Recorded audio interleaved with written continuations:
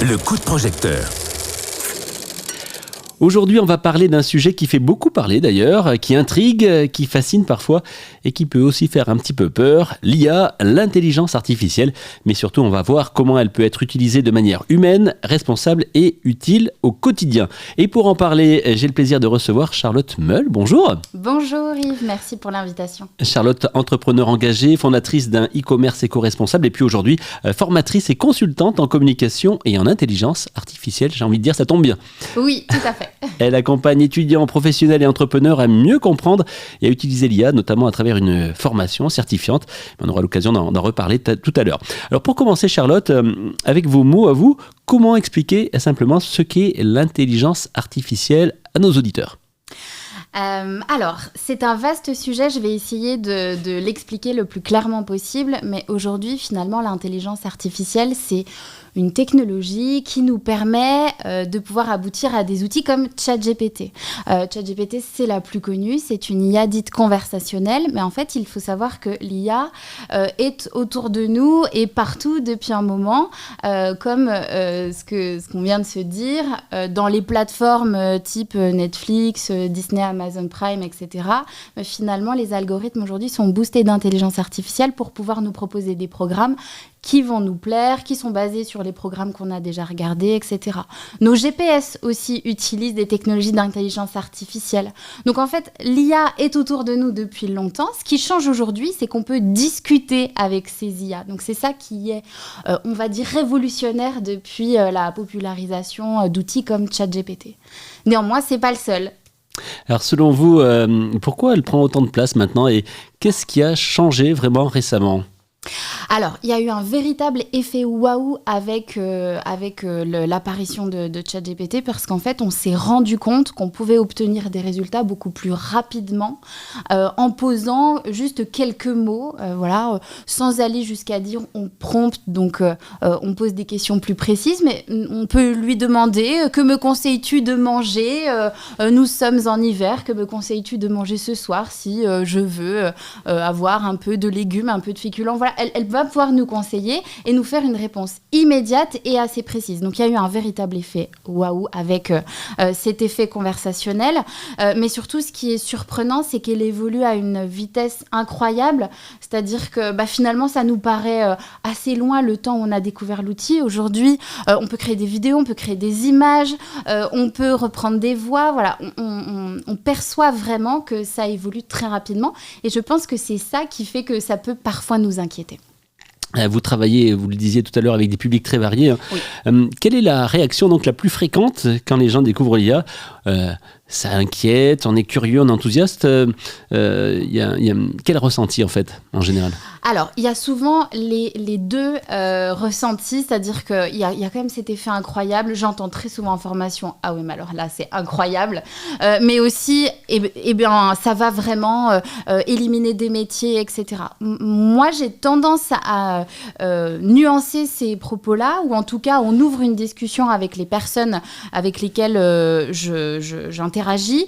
On dit en fait que les métiers, ils évoluent. Moi, je me suis naturellement tournée vers l'intelligence artificielle puisque mon métier, la communication, le marketing, a été complètement impacté. Pour autant, aujourd'hui, on a toujours notre place. On pourrait se dire aussi, la formation n'a plus aucun sens. Aujourd'hui, si je veux obtenir une info, j'ai juste à la demander à ChatGPT.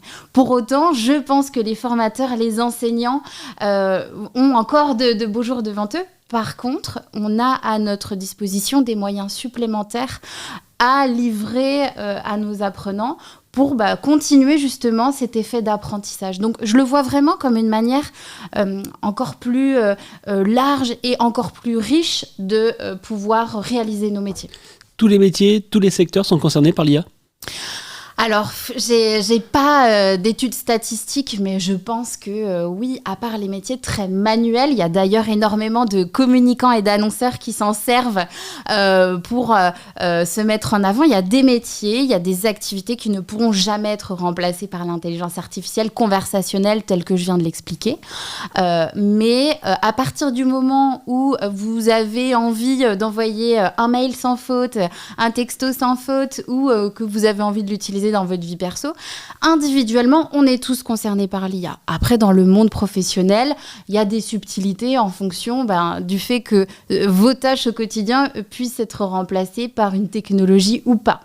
On connaît bien sûr ChatGPT, mais il y a plusieurs outils qui existent, de nombreux outils. Oui. Il y a des milliers, voire il y a des centaines de milliers d'outils qui existent. La particularité, c'est qu'en fait, certains outils vont se spécialiser dans des secteurs, domaines d'activité. On peut notamment parler d'outils qui vont nous aider pour coder. Donc voilà, il y a des langages informatiques, il y a des spécificités informatiques qui sont aujourd'hui rendues possibles aux non-compétents, non-sachants, grâce à des IA. Il y a dans la communication énormément d'intelligence artificielle, beaucoup plus spécifique. Mais tout le monde connaît au moins une IA généraliste, que ce soit ChatGPT, que ce soit son équivalent français ou chinois, etc. Qu'est-ce qui fait qu'on en choisit une plutôt qu'une autre ? Comment on peut les référencer en fait ? Alors, l'éthique doit certainement rentrer en considération. En tout cas, si c'est important pour vous, posez-vous la question de la confidentialité de vos données. Néanmoins, il faut choisir une IA qui va être la plus aboutie possible. Elles se font la course aujourd'hui, donc elles évoluent sensiblement de la même manière. Elles évoluent toutes, en tout cas. Donc voilà, l'éthique, la technologie, et puis après, on peut essayer de promouvoir des IA beaucoup plus... qui font plus attention à la protection des données, ou une IA française si on a envie de faire travailler des ingénieurs français à la construction, à l'évolution de cette IA. Voilà, ça c'est vraiment en fonction de vos valeurs, ce qui va être important pour vous. Mais finalement... le conseil que je donne toujours, c'est de ne pas s'éparpiller. Le risque, c'est qu'il y a tellement d'intelligence artificielle aujourd'hui qui nous disent être les meilleurs, les plus aboutis, etc.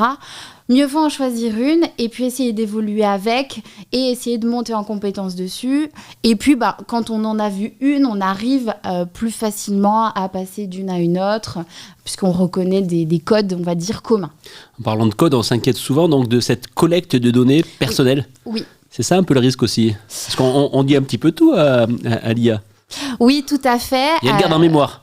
Comment ? Et elle garde en mémoire. Alors, il y a des options. On peut aussi, et ça, je vous invite à le faire, aller naviguer dans les paramètres, aller regarder un peu ce que vous avez envie de cacher, de décocher. Voilà, faites attention à ça de manière générale sur nos outils de communication.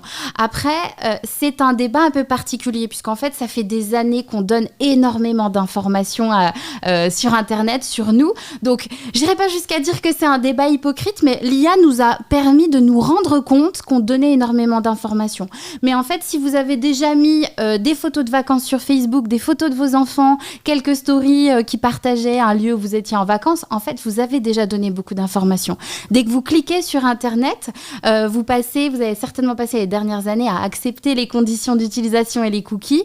Mais en fait, en faisant ça, vous avez déjà permis aux outils numériques de vous connaître, de vous tracer et de connaître vos préférences, etc. Donc, l'IA nous permet de nous rendre compte qu'on donne énormément d'informations. Là, le risque, il est qu'on se confie. En fait, le risque, c'est qu'on humanise cette IA conversationnelle et qu'on lui donne des informations peut-être plus spécifiques sur notre état mental, nos relations humaines, etc.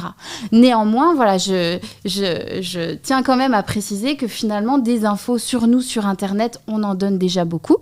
Donc, il faut réfléchir à la confidentialité. Qu'est-ce qu'on a envie de garder secret ? Et puis, essayer aussi de de se maîtriser dans ce qu'on va pouvoir proposer. Vous êtes une entrepreneure engagée. Est-ce que l'IA peut contribuer à des projets plus responsables, plus écologiques ou plus utiles même à la société ? Oui, tout à fait. C'est toute la balance à réaliser quand on parle d'IA. Bien évidemment, elle est très consommatrice de ressources. Ça, c'est indéniable. Et c'est aussi à avoir en tête quand on va faire une recherche sur un moteur d'IA. En fait, il faut se dire que ça consomme de la ressource. Ces ressources se matérialisent par des serveurs. Ces serveurs ont besoin d'être refroidis. Enfin, il y a vraiment un véritable impact écologique de l'IA. Aujourd'hui, pour des projets éthiques, on peut malgré tout se servir de la communication de l'intelligence artificielle si on le fait intelligemment, c'est-à-dire de ne pas la surexploiter et puis de le faire avec éthique dans les données qu'on va confier à l'IA. Donc c'est plutôt des filtres qu'on va se mettre, c'est des filtres initiaux qu'on va se mettre avant d'utiliser l'outil, mais l'IA va aussi nous permettre de faire des avancées énormes, en tout cas je l'espère, en termes d'écologie, de tous ces sujets qui vont faire avancer le monde dans le bon sens. Pour terminer, Charlotte, quel conseil simple donneriez-vous à quelqu'un qui n'a jamais utilisé l'IA et qui aimerait faire un premier pas sans vraiment se sentir dépassé ? On teste, on essaie, on télécharge l'application ? Oui, tout à fait, on teste. N'hésitez pas aussi à en parler autour de vous. Vous allez apprendre beaucoup sur la manière dont les personnes autour de vous l'utilisent et c'est comme ça en fait qu'on s'enrichit et qu'on trouve de nouvelles idées. Donc n'hésitez pas à poser la question, à demander toi comment tu l'utilises, etc. Donc ça c'est la première chose. Et puis 2, je pense que c'est vraiment important que toutes les personnes qui se sentent assez informées sur ce sujet aient un devoir de transmission. Aujourd'hui, il y a quand même, on ne l'a pas encore abordé, mais ce côté, l'IA peut faire peur, mais si on la connaît, si on connaît son potentiel, on peut arriver à la reconnaître. Et puis, ça peut aussi nous forcer à être plus attentifs sur les informations qui nous parviennent et sur notre recherche de où se situe finalement la vérité. Donc, je donnerais ce conseil, c'est de plus aller creuser, être plus curieux, croiser un peu ces données, mais il faut quand même le tester parce que on prend vite ces marques et on devient vite accro à l'utilisation de ces outils. Il faut la domestiquer, mais rester le maître du jeu, en fait, c'est ça ? Oui, tout à fait. Oui, il faut toujours le faire en pleine conscience. Et puis, si finalement, il faut toujours se poser la question, pas tomber dans les travers de tout lui demander. Il faut toujours se poser la question, est-ce que si je le fais moi-même, ça ne me demanderait pas moins de temps que d'ouvrir mon moteur d'IA, lui poser la question, pas forcément me satisfaire du premier résultat, etc. Donc, ça ne remplace pas votre propre curiosité, votre propre réflexion. Ça vient en appui et ça vous ouvre d'autres portes.